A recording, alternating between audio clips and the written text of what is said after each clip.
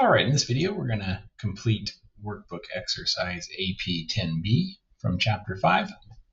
And in AP 10B, we're going to take a look at adjusting entries.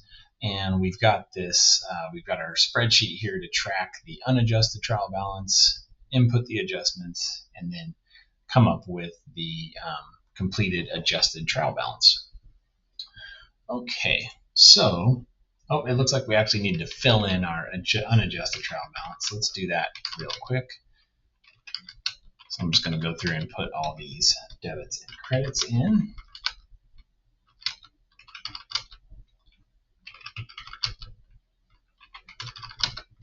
I will save down a copy of this with these starting values in for you all. I'll drop this into Canvas, so you shouldn't have to do that initial step. But I'm going to do that real quick. So we have that start as a starting point. So 85,170 debits and credits, good to go. And now we're going to put our depreciation, or our adjustments into the spreadsheet here. So to start, let's go ahead and input the depreciation for the first adjustment. And so depreciation, it tells us what the depreciation expense is. We don't have to calculate it in this instance. It's just $390. So we're going to want to debit our depreciation expense to increase it. And then we're going to credit our accumulated depreciation contra asset. And that's going to increase the accumulated depreciation with the credit there. It already has a credit balance, so we're going to add some more onto it.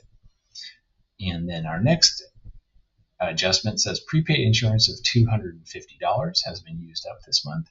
So that means that we're going to reduce our prepaid insurance asset by $250, and we're going to record insurance expense of the other side of the debit there to increase that for $250.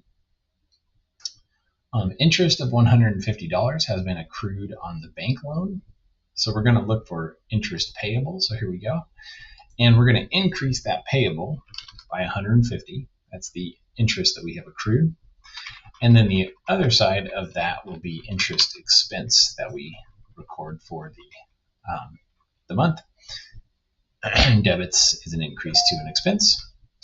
And $570 of unearned revenue has now been earned. So it had a $6,500 balance. We're going to debit that to reduce it by $570. And that means that we're going to record $570 of service revenue as well, as the unearned revenue is now turned into earned revenue, essentially. Okay, now we want to kind of add these across here. So we're going to, if we have a debit, if there's a debit, it's going to add to the debit balance. If we have a debit and it's a credit, that's going to reduce from the debit balance, right? So that's how this is kind of working crosswise. Cash didn't have any adjusting entries. Accounts receivable did not either. But we have 1,500, so I can just do a formula. And remember, it's a debit balance, and we're reducing that by 250 with a credit. So we're going to take 1,500 minus 250. And now equipment comes over, it's 64,000, no adjustments there. But as we mentioned, accumulated depreciation is a credit balance. It's going to increase with a credit, so that's going to be 1,260.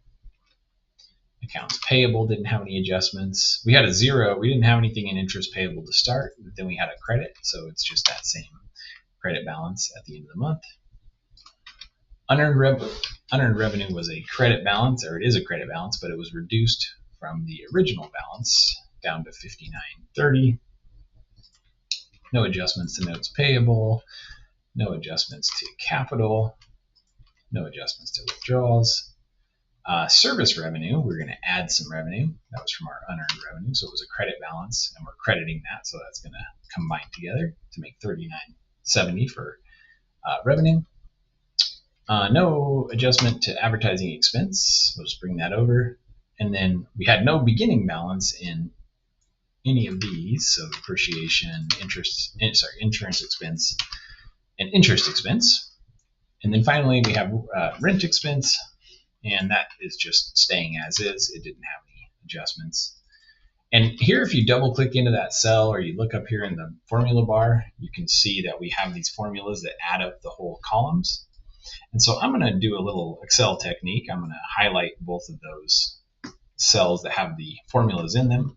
I'm going to Control C, or you can click copy.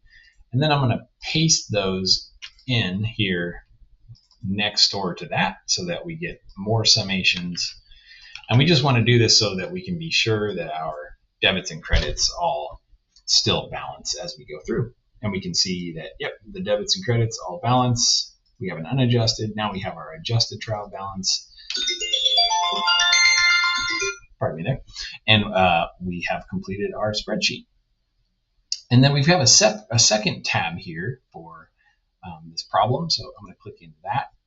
And in this tab, we're going to put our journal entries here.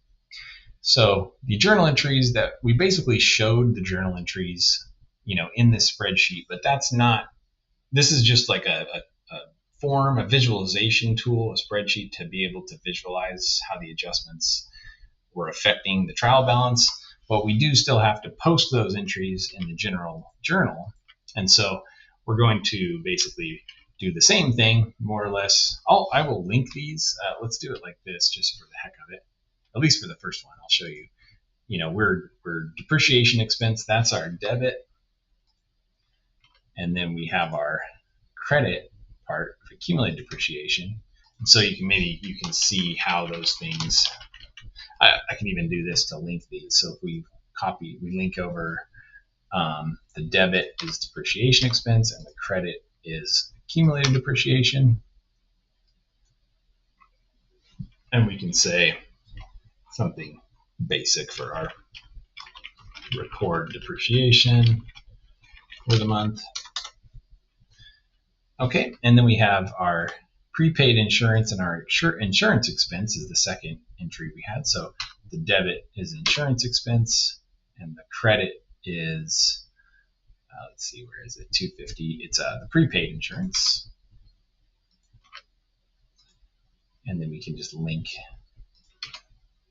these in here. So you don't have to link them necessarily, but I'm doing it this way. And we'll say expensed 1 month of insurance. I'm just doing it this way so that you can see how the general journals and the journal entries here correspond to what we're seeing on the spreadsheet that we filled out. So then we have interest has been accrued, so it's going to be interest expense is our debit, and we have interest payable as the credit, and it was 150.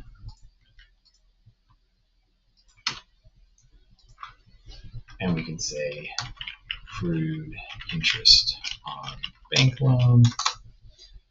And finally, we have the unearned revenue, with the debit being to unearned revenue and the credit being to just revenue, as we're earning it now that we haven't earned it. And that was a total of 570 debit and 570 credit. And we can say, we'll just say earned revenue, keep it simple. So hopefully that kind of maybe helped you make a connection between the spreadsheet that we complete here and how the journal entries match up to what we're seeing on this spreadsheet, so you can kind of maybe better understand how it's just a different visual representation basically. But we do still have to do the journal entries. This is just basically a visual representation of the journal entries. The problem was kind of set up to do this first and then the journal entries second, but in reality you would more so do the journal entries first and then show the effect of those journal entries on the spreadsheet. So if I was redesigning this problem, I would have you do this first and then link from there to here, because I think that actually makes a little more sense in terms of the flow of how something like this would work. But I think that you get the point just from completing both sections. It doesn't really make a huge difference which one you do first. So, all right, well, thanks everybody. That's problem AP10B. And in our next video, we'll complete AP11B. I'll see you there.